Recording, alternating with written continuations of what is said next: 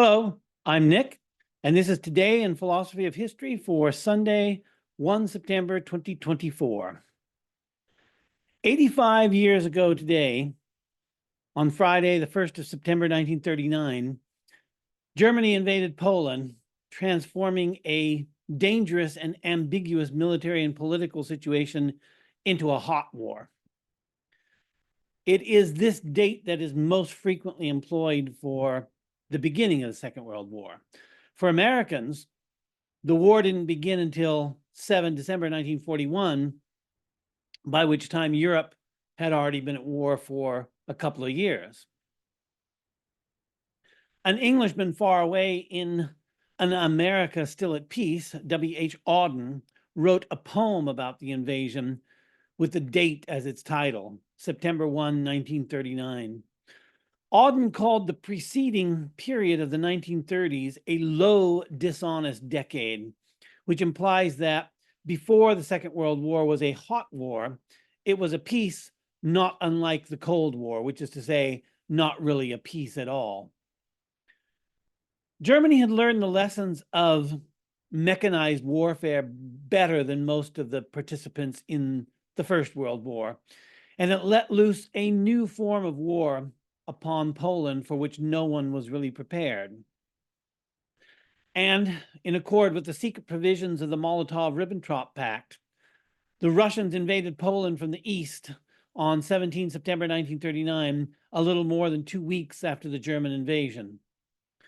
Warsaw was surrounded and surrendered on 27 September 1939.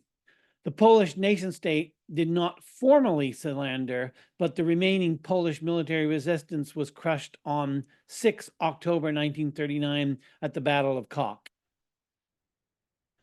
Russia had not only joined in the invasion of Poland, it had made the development of German armor doctrine possible during the interwar period by allowing the Germans to train with tanks on Russian soil, thus evading provisions of the Treaty of Versailles against German rearmament. Mary R. Habeck detailed these arrangements in her book, Storm of Steel, The Development of Armor Doctrine in Germany and the Soviet Union, 1919 to 1939. In Chapter 3, she wrote, quote, "After months of negotiations, Hermann von der Leet Thomson, an Air Force officer and the German representative in the collaboration, signed a 3-year agreement with Ian Berzin, the head of Soviet military intelligence, to set up a tank school at Kazan. At Kazan, the Germans agreed to pay all the expenses while the Soviets would oversee repairs and reconstruction of the living and working quarters at the former Kargopol barracks. Leadership of the school was in German hands, although they were to take into consideration Soviet wishes, and the school was to open in July 1927, unquote. Plausible deniability dictated the maintenance of what Habeck called, quote, outward appearance of compliance with Versailles, unquote. Germany's new way of war, which was developed during the interwar period, and which consisted of combined arms operations together with rapid advance exploiting the weak points in the line, and which we now call Blitzkrieg, was turned against France in the following year, with the battle for France taking only 20 days from the 5th to the 25th of June, 1940. A remarkable record was made of the collapse of France by the noted French historian Marc Bloch, who was later executed by the Gestapo. And I previously quoted this in my episode on Marc Bloch. In Strange Defeat, Bloch describes not only from the point of view of a participant in the event, but also from the point of view of an historian, the catastrophe that France experienced. Quote, "What drove our armies to disaster was the cumulative effect of a great number of different mistakes. One glaring characteristic is, however, common to all of them.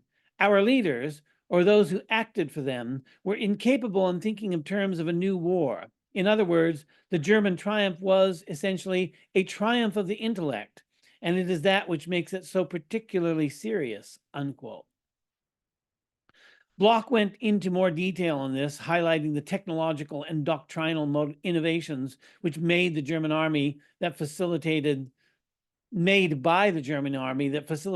German successes on the continent in the early stages of the war. Quote, Now, when bicycles are the quickest means of transportation available and heavy loads have to be carried in donkey wagons, every trip to market becomes a major expedition. We have gone back 30 or 40 years. The ruling idea of the Germans in the conduct of this war was speed. We, on the other hand, did our thinking in terms of yesterday or the day before. Worse still, faced by the undisputed evidence of Germany's new tactics, we ignored or wholly failed to understand the quickened rhythm of the time. So true is this that it was as though the two opposed forces belonged, each of them, to an entirely different period of human history, unquote. Bloch, as an historian of the Annales school, was better prepared to appreciate these forces of technology and historical pacing than a more traditional historian. But most wars are an admixture of innovation and timeless verities. And there was nothing new about the existential confrontation between Germany and France. Almost a century and a half previously, it was Germany, or rather the Germanophone regions of Europe, not yet united in a German nation state, that was trying to understand its defeat at the hands of France. The institutions of mechanized warfare had been developing for almost a century by the time the Second World War started, with the American Civil War being an example of a major armed conflict transformed by changes in technology and military doctrine. And we can understand doctrine as the social technology of military action. So the invasion of Poland represents a culmination of mechanized warfare employed in a hot war. As tempting as it is to represent blitzkrieg as something new suddenly unleashed upon the world on the 1st of September 1939, we can find the antecedents of the Polish campaign throughout the development of military history in the preceding century. We can think of the invasion of Poland as an inflection point of mechanized warfare, in which technologies and ideas long under development suddenly appeared in their mature form. For Bloch, this was an intellectual defeat on the part of France and presumably also on the part of Poland. The French and the Polish, and indeed much of Europe beyond Germany, had failed to appreciate not only the lessons of the preceding war, but also the lessons of the Industrial Revolution. The theorists of armed conflict had long been at work, but few paid attention to them. Giulio Douhet published The Command of the Air in 1921. Douhet had envisioned area bombing behind enemy lines to target civilian populations to cripple industry and break a nation's will to fight. Heinz Guderian had published Achtung Panzer in 1936, and in that, Guderian laid out the combined arms operations emphasizing speed and penetration that we now call blitzkrieg. B.H. Liddell Hart had been working on similar ideas in England throughout the interwar period.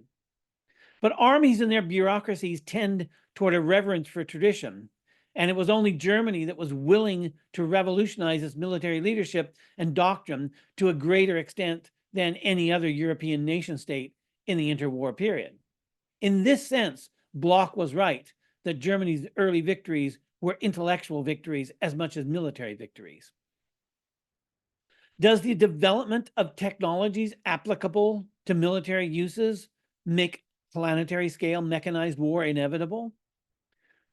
Would it be the case that on any planet where a rational agent evolved and developed technology, that these technologies would inevitably be used for military purposes in a planetary scale war? We can transform these questions into a thought experiment. If we knew this to be the case, and we had a time machine in which to travel into the past, would it be in our interest to sabotage the development of technology so as to keep military conflicts below the threshold of mechanized warfare? Would we be better off as a species and as a planet if we kept our societies small and simple and local and incapable of the scale of destruction witnessed during the Second World War? The problem of inevitability, however it's formulated, has continued to dog the philosophy of history for as long as human beings have been explicitly conscious of their place in history. No one has yet produced a satisfactory formulation. Not only philosophers, but also historians themselves can't stay away from the idea. A.J.P. Taylor argued in his controversial book, The Origins of the Second World War, published in 1961, that some kind of war of the scope and scale of the Second World War was essentially inevitable, independently of what he called the Nuremberg thesis, which is the idea that the Second World War was solely the result of Hitler's determination to wage aggressive warfare. The Nuremberg thesis has its fictional parallel to my above time machine thought experiment and the many speculations on how Germany might have been different if Hitler had been assassinated before he came to power. So that's the motif of would you assassinate baby Hitler in order to avoid the Second World War? We can distinguish the thesis of technological inevitability from the thesis of the inevitability of war itself, or the inevitability of any particular war. Technology of a given level of development may make a war using these technologies inevitable, but the war may take radically different forms depending upon where it starts, how long it endures, whom it involves, and what the stakes of the conflict are. So was the Second World War inevitable? Was planetary scale mechanized warfare inevitable? These questions can be distinguished, but only to a certain degree and not absolutely. If, as I speculated earlier, some other planet with some other rational agent developed technology capable of conducting mechanized warfare, would their history be so different from ours that it would make no sense to even ask under these circumstances whether they would experience the Second World War or some equivalent to the Second World War? The Second World War was the product of thousands of years of terrestrial history, and it cannot be meaningfully separated from this history. So it seems incoherent to imagine that you could have the Second World War in some other civilization, but you certainly could have the greatest planetary scale industrialized war in the history of that civilization, and which changes the direction of the development of that civilization. But there's another problem that I think it's a more difficult problem, and it's one that I've thought about a lot. Given some actual set of historical circumstances of terrestrial history, whether the trigger of the 30 Years' War or the First World War, the Second World War, suppose that the following conflict was not the conflict that did happen in history, but was different in some respects, even while triggered by the same trigger. Very different wars might follow from one and the same trigger, depending on the circumstances, or it might result in no war at all. Or remove the triggering event entirely. What happens then? For example, the assassination of Archduke Franz Ferdinand by Gavrilo Princip of the Serbian Black Hand organization is considered a textbook case of a trigger for a hot war. Here we have a very specific incident that happened in a very short period of time that then triggers, through a series of steps of escalation, the largest war in human history up to that time. If Gavrilo Princip had not assassinated Archduke Franz Ferdinand, would the First World War have happened? Or if it did happen, would it have happened differently? Suppose we define a conflict by a handful of formal parameters. Say, a war that begins on such and such a date, is fought for so long a period of time, involves such and such belligerents, employs armies of such and such sizes, and employs a given level of technology. Could any war that shared these formal parameters of, say, the 30 Years' War, or the First World War, or the Second World War, have been different in essential respects from the war that did in fact occur? Could the outcome of a counterfactual war, different in other respects from these, same as regard as its formal parameters, be any different from the outcome of these wars as they did happen? I think that this is part of what A.J.P. Taylor was trying to get at, but the question is so immersed in counterfactuals that it lies beyond our ability to adequately conceptualize all these alternate possibilities. War is, after all, one of the most complex activities of human beings, and industrialized warfare is the most complex form of warfare. The complexity of war tracks the complexity of civilization. And we could even say, as I've argued elsewhere, that war and civilization are locked in a tight co-evolutionary spiral. So a gain in the scope and scale in civilization is going to mean a gain in the scope and scale of war, and vice versa. Because of the complexity of war, finding a single meaning in war is usually highly ambiguous, and a relatively small change to our perception of a war can change our understanding of it. For example, our periodization of warfare shapes our conceptualization of a war. So, an example. We can count the Second World War as a war that lasted from 1939 to 1945, and that is one kind of war. We can also count the Second World War as the termination of event of a war that began in 1914. So the First World War and the Second World War were one big war with a lull in between. Churchill said that Ferdinand Foch said at the signing of the Treaty of Versailles, "This is not a peace, this is an armistice for 20 years. It isn't clear that Foch actually said that, but it has been repeated just because it's such an obvious thing that you can imagine someone saying. And the Peloponnesian War was like this. There were 2 periods of intense armed conflict separated by an uneasy peace that lasted years. We can break down the individual wars of the Napoleonic Wars into the war of the First Coalition, war of the Second Coalition, Third Coalition, Fourth Coalition, and so on, or we can just group them all together as the Napoleonic Wars, which we tend to do the further distance these wars recede into history. But since the Second World War is still close to us in time, we tend to see it in more detail. It's still too close to us in time to see it in proper historical perspective. There are further variations on this theme and how periodization shapes the meaning of world war or wars. We can also join a compounded World War I and World War II together with the Cold War that followed them. And then we get a period of warfare that stretches all the way from 1914 to 1991. This period virtually coincides with what Eric Hobsbawm called the short 20th century, which is then distinguished from the long 19th century, which supposedly lasted from 1785 to 1914.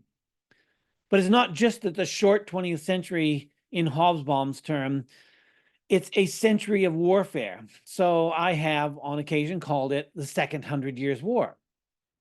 The first 100 Years' War, or what is usually just called the 100 Years' War, lasted from 1337 to 1453, and it was an existential confrontation between France and England. Of course, during the century of the 100 Years' War, there were many battles and many regional conflicts within regional theaters of war. Those who lived through these events could not have seen them as a 100 Years' War until the century had passed. And even then, it probably takes another century or two to place things in proper historical perspectives and understand them. Although there are cases in which people understand that they are living through a monumental event that will be remembered as a monumental event. And conceivably, somebody could have conceptualized during the 100 Years' War that they were engaged in a 100-year-long struggle between France and England. So war presents us with the problems of periodization in a particularly acute form. If we change the periodization of a war, we may change the meaning of the war and the kind of war it was, that is to say, its proper place in a taxonomy of wars. And we can immediately see the philosophical logic that lies behind this. A principle of traditional logic was that intension is inversely proportional to extension. Another way to say that is that meaning is inversely proportional to what is meant. The largest category, the category that includes everything, doesn't mean anything specific because it includes everything. But when we add specific meanings, then we can shrink the category down in scope. Then we have more specific meanings, but we have a much smaller category. So when we make a war larger, that is to say, we increase its extension by letting out the boundaries of periodization, more things are drawn into some relation to the war. So the meaning or the intention is watered down. It loses its focus and specificity because so many things can be packed into this enormous war. On the other hand, if we reduce a war in scope, shrinking its extension, we can accurately add more specific descriptors to identify it. So it gains focus and it gains specificity. So we can see patterns in changing meanings by changing the periodization of a war. But there's still a lot of ambiguity. An official declaration of a war should reduce this ambiguity, but we know that there are undeclared wars and sometimes unconventional wars, and sometimes nation states declare war and don't do much about it. After the division of Poland between Germany and the Soviet Union, when there was officially a state of war in Europe, very little happened for several months, and this came to be called the phony war. Some wits actually called it Sitzkrieg. While it wasn't a phony war for Poland or for the winter war between Finland and the Soviet Union, it was phony on the Western Front until the war began in earnest with the battle for France. So what kind of war was the phony war? And what kind of war was the Second World War taken whole, including the phony war and all the other parts of it? This is a deceptively simple question since it implies that there is some kind of taxonomy of warfare and that the Second World War neatly fits into some particular taxon of this taxonomy. So the question implicitly appeals to theories of war that remain unstated in the question. Suppose we ask the question in another way. What kind of war is a planetary scale industrialized war? Or how many different kinds of planetary scale industrial wars can there be? When a single war engulfs an entire planet, is there only one kind of war possible?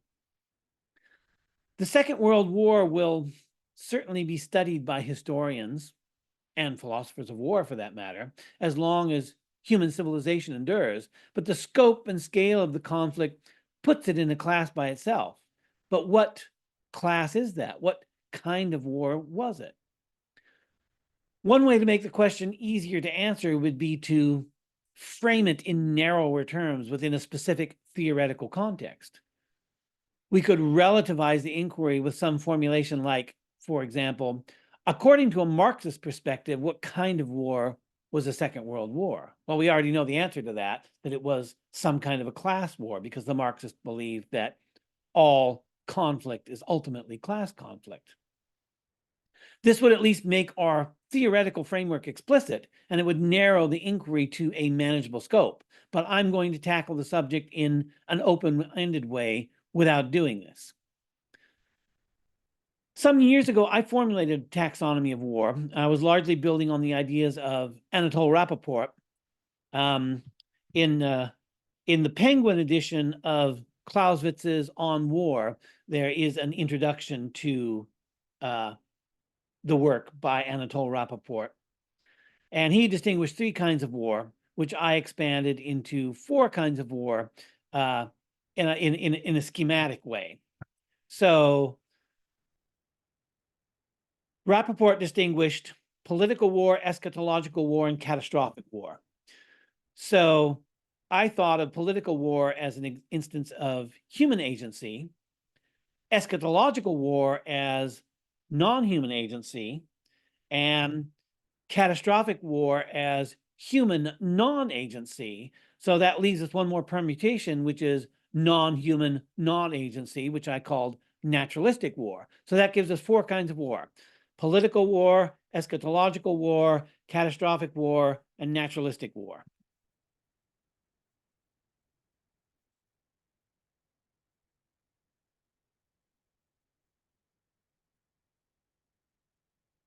While this schematism possesses an enviable neatness, when it's systematically laid out.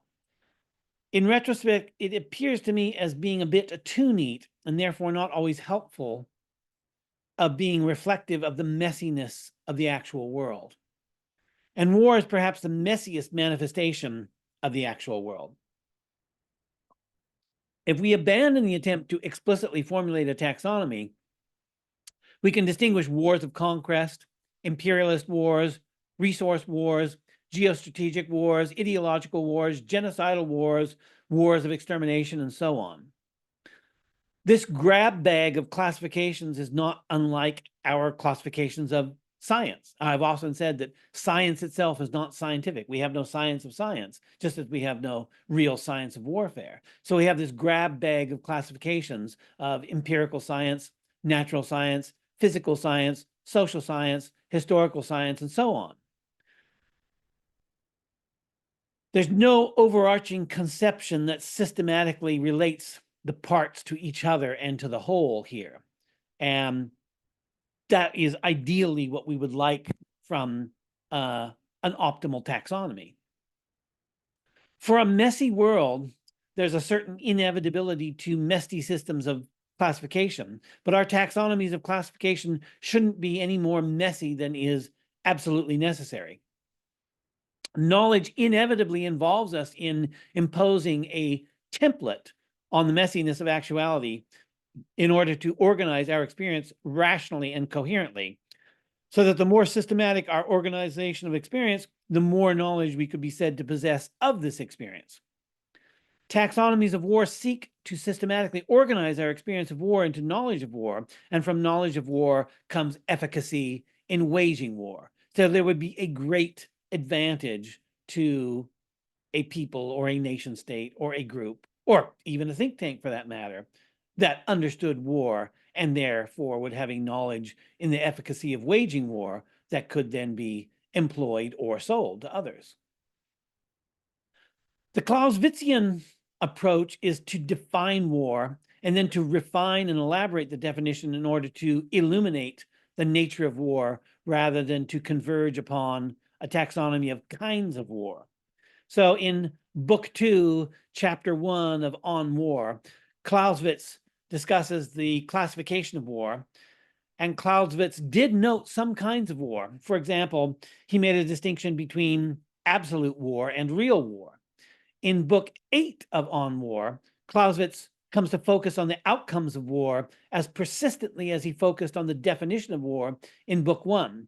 And in focusing on outcomes, Clausewitz distinguished between real war and absolute war, which later is often assimilated to what Erich Ludendorff's called Totalkrieg, which is the now familiar idea of total war.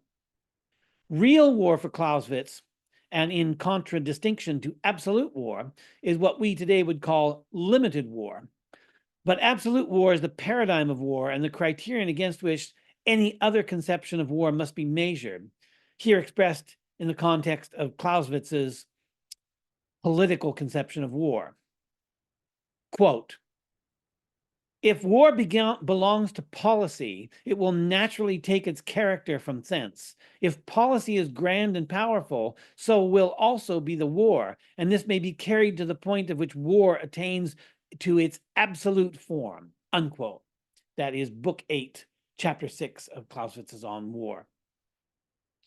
But Clausewitz doesn't give any kind of emphasis at all to classification in warfare. He seems pretty much completely uninterested in it. And this has left taxonomies of war underdeveloped in the post-Clausewitzian literature. If Carnap was correct that scientific concepts develop from the taxonomic or classificatory through comparative to quantitative concepts, then the underdevelopment of taxonomic concepts for warfare represents a failure in the development of a truly scientific understanding of war.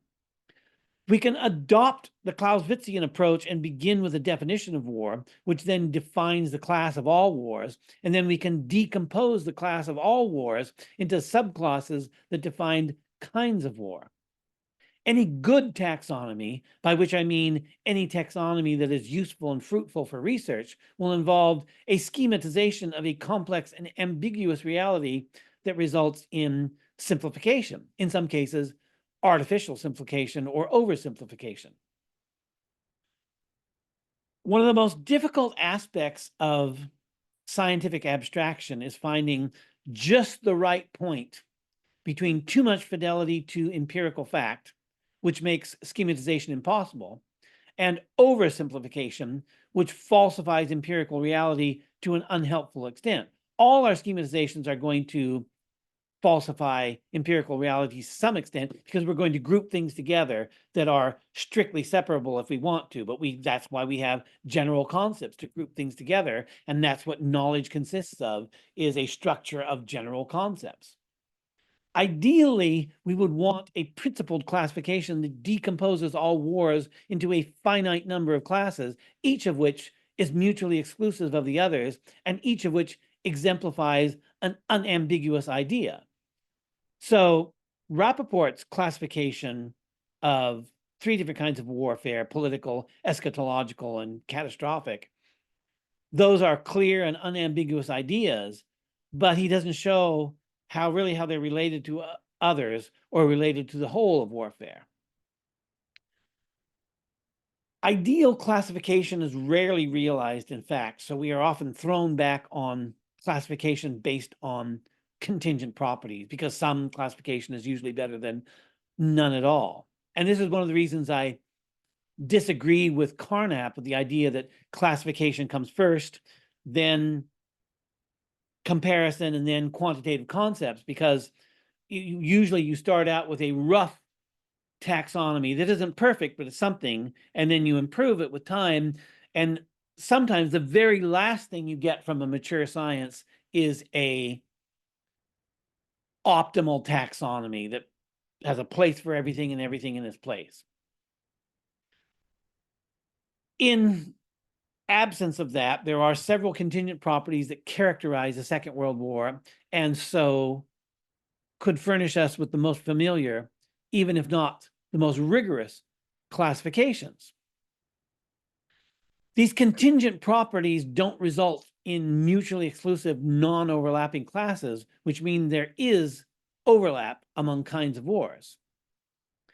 So we can say the Second World War was an industrialized war, but the Russo-Japanese War and the First World War were also industrialized war. We can say that the Second World War was a planetary scale war, but the 7 Years' War and the First World War were both also planetary scale wars. From the Second World War being a planetary scale war, it follows that it was a war fought on multiple fronts and in multiple theaters among a variety of combatants drawn from many nation states. The Second World War was more a war of maneuver than attrition, more about offense and initiative than defense and stagnation. In this, it differs significantly from the First World War, but resembles the Napoleonic Wars. Beyond a haphazard classification of war by overlapping contingent properties, there are reflective taxonomies that seek to organize our knowledge of war around principles of war, but which embody no overarching conception that unifies the principles employed. This is the status of Anatole Rappaport's distinction among political, eschatological, and cataclysmic philosophies of war. Another example of this, but a little more systematic, is the taxonomy that can be found in Ian Clarke's book, Waging War, A Philosophical Introduction, which distinguishes 6 concepts of war. I'm going to examine each of these 6 concepts of war in relation to planetary scale warfare. So in what follows, the types of war that I name are from Clarke's book, but the commentary is mine. So first, war as instinctive violence. We could call this the evolutionary or biological conception of war. As Freud once wrote, quote, "Men are not gentle creatures who want to be loved and who at most can defend themselves if they are attacked. They are, on the contrary, creatures among whom instinctual endowments is to be reckoned a powerful share of aggressiveness," unquote. This was written long before evolutionary psychology had been formulated, but further work in evolution, biology, and psychology has underlined Freud's assertion with voluminous evidence, including something like war fought among chimpanzees in the wild, as in the 1974 to 1978 Gombe chimpanzee war. If human beings are instinctively violent, then it should not be surprising that human beings organized by civilization should also engage in organized violence on a scale proportional to their organization. And this is what is exhibited in the global industrialized wars of the 20th century. Secondly, war as divination or legal trial. We could also call this war as a decision procedure. Insofar as the decision procedure of war invokes divine sanction on its side, it also becomes an eschatological war, but it is at least arguable that its eschatological character is epiphenomenal in the context of war as a decision procedure. The point is to settle a dispute, and insofar as war has a decisive outcome, which isn't always the case, of course, the dispute is settled and the procedure of war has yielded a decision. In the case of planetary scale war of multiple theaters, there are multiple decisions simultaneously in pursuit of decision, and it can't be expected that all of these outcomes will be decisive. This implies that planetary scale war rarely, if ever, achieves an outcome that largely decides outstanding issues. Hence, the Second World War was followed by the Cold War. Third, war as disease. This closely corresponds to what Anatole Rappaport called the cataclysmic philosophy of war, but Clark makes a distinction between war as disease and war as cataclysm. A disease can be cured, whereas a cataclysm usually cannot be prevented, so that mitigation efforts focus instead on limiting the damage and cleaning up after the fact. War as disease suggests a cure and is therefore an abolitionist conception, but it also suggests the possibility of a pandemic. If human beings or human societies are infected with the disease of war, then war will spread like a disease, and at times that disease will take on the properties of a pandemic. War understood as a pandemic is a planetary scale war of planetary scale civilization. Next, war and social change. Clark glosses war as social change as being war being either a measure or a means of social change. Although Clark mentions Comte and Schumpeter, focusing on economic development, this is essentially a Hegelian conception, or if you prefer, essentially a Marxist conception, since it is conflict that pushes the social dialectic forward. We cannot make social change without fulfilling all of the steps of the dialectic. If we look how far we have come driven by conflict, it appears as a metric of that development. If we look forward to social change yet to come, conflict appears as the means by which such change can be brought about. If we look forward to a planetary civilization, then only a planetary scale dialectic, which involves a planetary scale war, can secure that end. This was once made very clear in some varieties of Marxism, which insisted that the peace of the communist millennium could only come after the after the world entire had experienced proletarian revolution, and the planet entire had been unified on communist economic principles. Next, war as a political instrument of the state. This conception perfectly embodies the political philosophy of war, which we usually identify with the work of Clausewitz. And I think Anatole Rappaport also called Clausewitz's conception of war a political conception of war. For the political conception of war to culminate in a planetary scale war, the political framework must be planetary, and this planetary scale political framework has been taking shape since the age of discovery, with the Industrial Revolution providing the technological means for effectively acting at a planetary scale at human timescales. It could be argued that it was only in the 20th century that this framework and its means came to maturity, and as soon as the maturity was achieved, planetary scale wars were waged. This argument, however, minimizes the role of human agency, and it makes war look as inevitable as a violent instinct, which agency is one of the key features of the conception of war as a political instrument.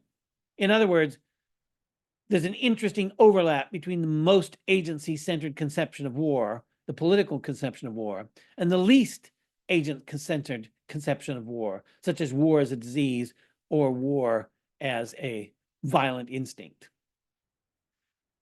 Next, war as regulator of the international system.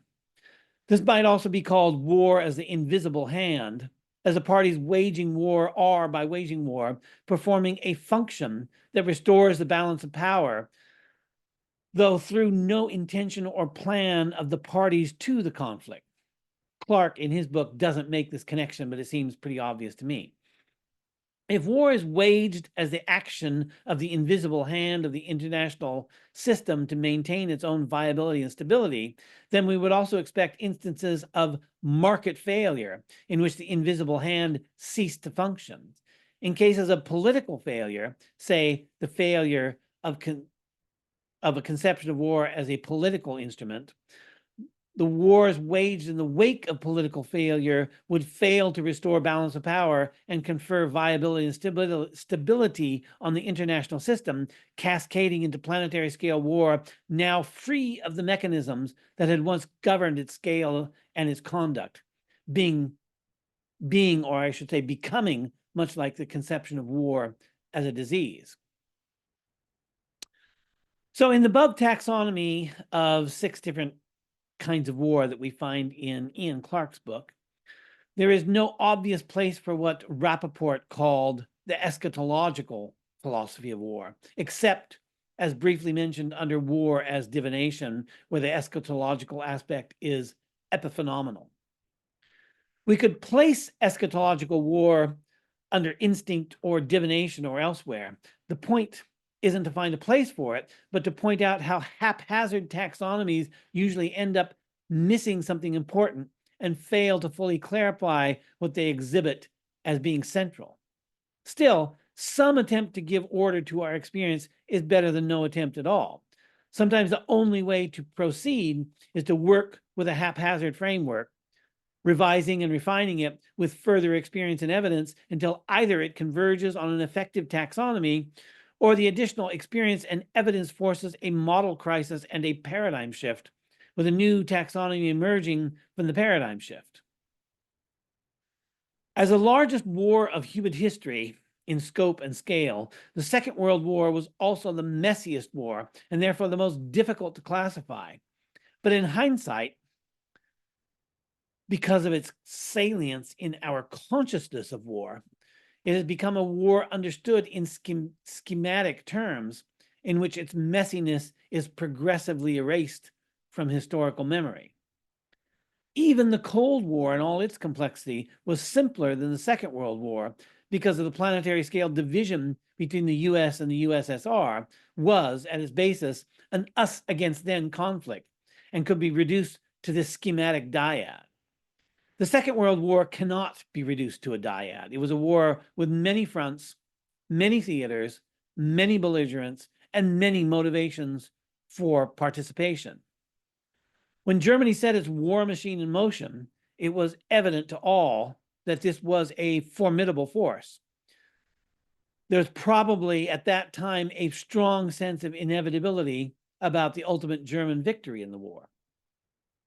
When Poland and France had fallen, and the British had retreated at Dunkirk without any means of striking the Germans except for long-range bombers, and with the Molotov-Ribbentrop Pact keeping the Soviet Union out of the war, Fortress Europe looked secure, and the burden fell upon those outside Fortress Europe to penetrate its defenses. When the Allies did begin to penetrate the defenses of Fortress Europe, and the Soviet Union entered the war after Operation Barbarossa, the Germans had to seek more manpower for their armies. It was a relatively straightforward matter to recruit from Soviet and Soviet bloc POWs, as many of them were passionately anti-Bolshevik and had no love for the Soviet Union. Promised the opportunity to fight for the freedom of their native homelands from Soviet tyranny, many joined.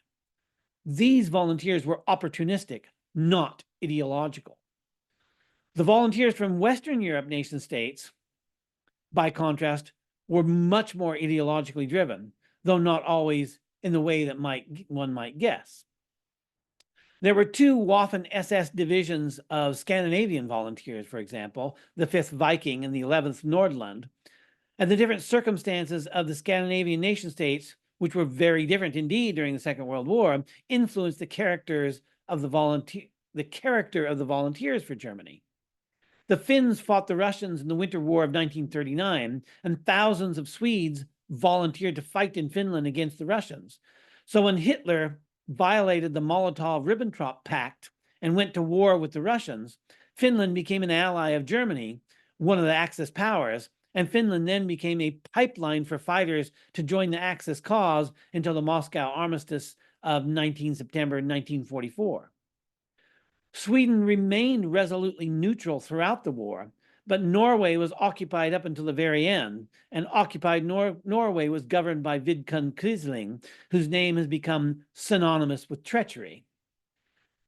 Quisling was an interesting figure, as he wasn't an opportunistic fascist. Quisling belonged more to ideological fascism and even to what we could call the mystical and esoteric side of Nazism. One suspects he would have been far more comfortable with Heidegger than with Hitler or Himmler. The German use of foreign legions was utterly cynical, you could say, which is to say it was pragmatic. It was equally cynical, that is to say, equally opportunistic on the part of those who sought to hitch their wagon to a star by jumping on the bandwagon of what seemed like the most powerful military force on the planet. The Origins of the Second World War by A.J.P. Taylor, which I mentioned earlier, argued that Hitler himself was an opportunist, not driven by fanaticism or ideology or an insane lust for destruction, but was responding to geopolitical imperatives to which any German politicians would have had to answer at that time. Taylor's book was controversial precisely for this reason, and the response to it was not unlike the intensity of the response to Hannah Arendt's Eichmann in Jerusalem, and only time will tell of the reputation of Taylor's book. Taylor's arguments aside, we should question the idea that any war, and most especially a war as large and as complex as the Second World War, must be pigeonholed as one and only one kind of conflict. There is the possibility that a war might be one kind of war for one of the combatants and another kind of war for another of the combatants. This is most obviously the case when a war of extermination on the part of one party to a conflict is a war of survival for the other party.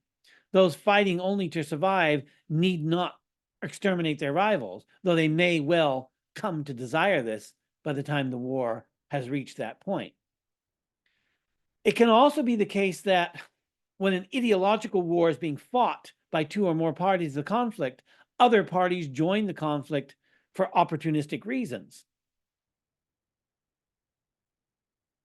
This was manifestly the case during the Cold War, when the US and the USSR were locked in an ideological struggle.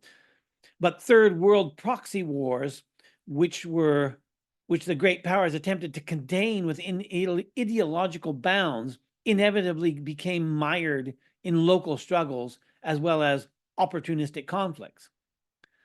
Because of the diversity and multiplicity of war, there is no unity and clarity of purpose at the largest scales. For a fire team of soldiers caught in a skirmish, there is a perfect unity and clarity of purpose, but this purpose doesn't scale beyond a certain limit. The grand strategies of nation states, kingdoms, and other political agents constitute clarity of purpose insofar as the grand strategies themselves are clear, and impose a measure of clarity on those wars that have their origins in grand strategy. But once a war has started, the grand strategy of any of the parties to the conflict cannot contain the conflict within the grand strategy parameters of the originating party to the war. The grand strategy can continue to guide developments in a war as it progresses, and so can confer a rough directionality on the conflict, but even this directionality can evaporate if the political agent attempting to pursue its grand strategy begins to lose the conflict. Then all bets are off, you could say. And precisely this occurred in the Second World War. The ideological aims of the Nazi Party were rendered ambiguous by the growing scale of the conflict and eventually became meaningless. Whether the ideological aims of political parties were ever causes of events, or whether they were rather responses to the events, symptoms of a disease, as it were, may ultimately be a chicken and egg problem. The Second World War was many wars. Theodore Ropp wrote in War in the Modern World, quote, "The Second World War consisted of 4 related major wars, each presenting separate military political problems," unquote. These many wars of the Second World War each had a distinctive character, hence even more diversity and multiplicity than are typically to be found in smaller conflicts. On the Western Front, it was a straightforward political war of the kind that had repeatedly erupted between Germany and France. On the Eastern Front, it has been often called a war of extermination, not unlike the German campaign in German Southwest Africa or the British campaign against the Boers during the Boer War. On the Northern Front, it was a static war of occupation in Norway, while on the North African front, it was a mobile war of mechanized armor against mechanized armor. And in the Pacific theater, further complexities were added by the multiplicity of colonial powers and their subject peoples who were involved. One useful distinction that can be made among kinds of war is that between methods of war on the one hand, and on the other hand, kinds of war based on causes or objectives, which we could call causal taxonomies. 17 distinct forms of warfare are recognized by the US Department of Defense and NATO. I found this in a handbook, and these 17 distinct forms of warfare are anti-submarine warfare, biological warfare, chemical warfare, directed energy warfare, electronic warfare, guerrilla warfare, irregular warfare, mine warfare, multinational warfare, naval coastal warfare, naval expeditionary warfare, naval special warfare, nuclear warfare, surface warfare, unconventional warfare, and undersea warfare. All of these are methods of warfare, and as such, they constitute a methodological taxonomy, although, once again, there's no overarching unifying principle. Needless to say, the DoD and NATO aren't going to recognize wars of extermination as, say, a distinct mode of warfare, but it could be conceived as such. More importantly, these methods of war tell us very little about causal taxonomies of war, even when methods and outcomes are mutually implicated, as in genocidal wars of extermination. The taxonomy of war employed by Ian Clark, which I discussed above, which divided war into 6 different kinds, clearly draws a connection between methodological taxonomies and causal taxonomies, as each kind of war suggests methods of waging war or methods of mitigating war. But for Ian Clark, as I read him, it is the causal taxonomies that are fundamental, and the methods of waging war follow from these causal imperatives. Methodological taxonomies may satisfy war planners and unify soldiers and command structures, but they do not touch on the motivations of the mass societies of planetary civilization to wage war. Planetary scale war, like the Second World War, was not possible until there was a de facto planetary scale civilization. The planetary scale war that was the Second World War, I should say, the planetary scale war that was the Second World War was both enabled by planetary scale civilization and ultimately extended to planetary scale civilization, as became clear in the post-war period when there was a new impetus to create planetary institutions, the UN, the EU, and eventually the WTO, the World Criminal Court, and the like. Another way to think about wars in terms of outcomes, again, causal taxonomies, is that at least part of what makes a war the kind of war that it is the kind of peace that is possible following upon the end of the war, the actual outcome in contradistinction to the envisioned outcome, that is to say, the war aim, because outcomes rarely match aims.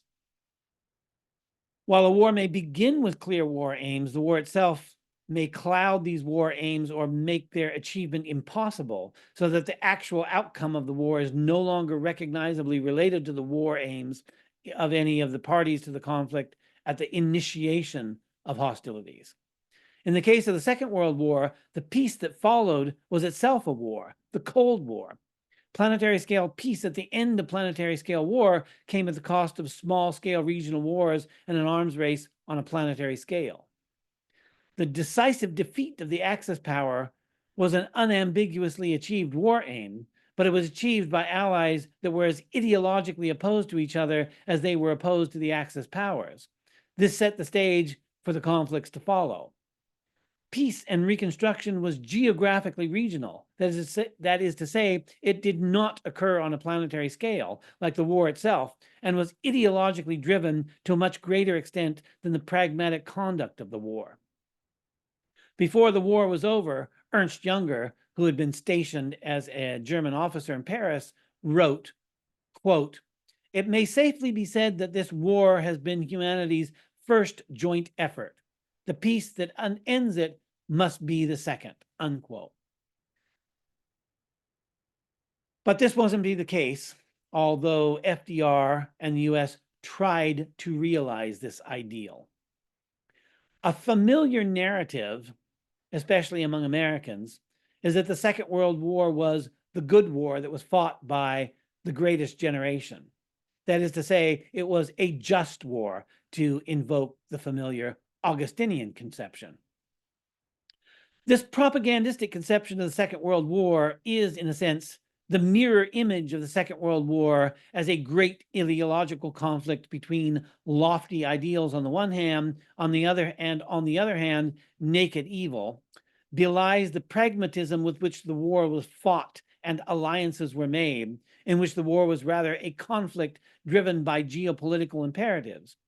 Admittedly, it involved geopolitical concerns extrapolated to a planetary scale, but it was still a conflict more about the distributions of ocean basins and mountain ranges than about ideology.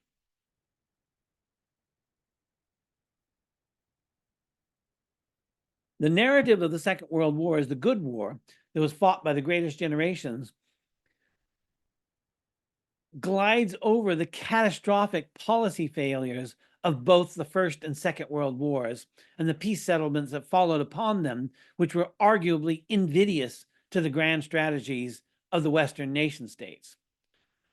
The Cold War was necessitated by the failed outcome of the Second World War in the same way that the Second World War was necessitated by the failed outcome of the First World War. And it's in this sense that we can talk about the second 100 years war being the entire period from the beginning of the First World War to the end of the Cold War. It is at least arguable that the Cold War was fought more effectively than the world wars of the first half of the 20th century. The ability of human beings to conceptualize and to act upon planetary scale ideals is noble and inspiring, but a failure to distinguish between ideals that can be brought into being at the present time and ideals that must wait for a later time, when conditions are right for their realization, constitutes a failure of wisdom, at least proportional to the nobility of conceptualizing an unattainable ideal. When Wilson arrived in Paris in 1919, and when FDR arrived in Yalta in 1945, both American presidents were prepared to make major strategic concessions in order to bring robust international institutions into being. And this willingness to sacrifice US national interests to a larger vision for peace on a planetary scale, following upon war on a planetary scale, put the US at a disadvantage in its negotiations. The outcome could well have been better for all of these all of these participants if these presidents had exclusively focused on U.S. national interests and the national interests of U.S. allies rather than upon a transnational ideal. The other parties to the negotiations in Paris and Yalta can't be blamed for taking advantage of U.S. willingness to bargain away its interests and the interests of its allies in order to secure the future of international institutions which no one else took seriously. Of course, we have to say that both Wilson and FDR believed that the successful implementation of these international institutions would be in the strategic interest of the U.S., and many would argue that the U.S., as the leading post-war international power, got at least part of what it bargained for in the form of international institutions.